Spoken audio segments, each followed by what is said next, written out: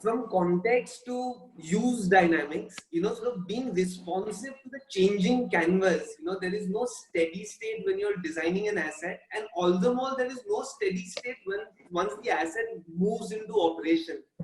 So how can we be responsive to the use dynamics? So the first thing is the levels of activation. Okay, so the simplest, again, when we say with dashboarding, we make things very complicated, but what is the use intelligence? We've got 6 typologies or levels of activations.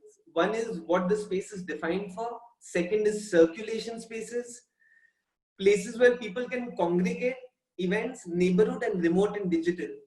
So the key is to find out that as a design function, what do you expect the density of people to be there? What is the flow of people? And without face recognition, even get an happiness quotient of how the people are feeling within these spaces. So one thing with technology about encroaching on privacy needs to start phasing out to say that I don't need to physically know what the name or what your face is. I just need to know some empirical data of how you're feeling or how you're behaving in some sense, and that can improve asset efficiency.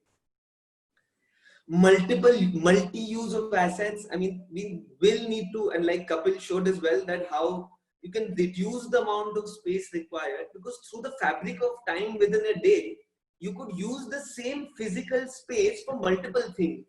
I mean, of course, foldability, plug and play, satellite functions, these are some things that you can sort of key out in.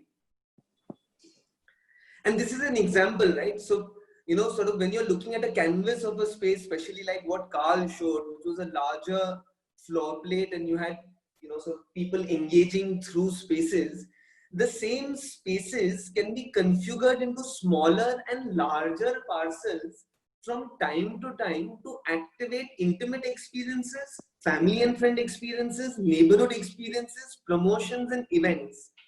We don't need to have dedicated spaces for each one of these. We just need to reconfigure the spaces that are already there for only when this use is happening in that sense. So that's what brings dynamism and use. We can talk about satellite functions and mapping those satellite functions, because then you'll know that what's happening at them. So where you put art installations, are people actually waiting there? How much time are they waiting there for?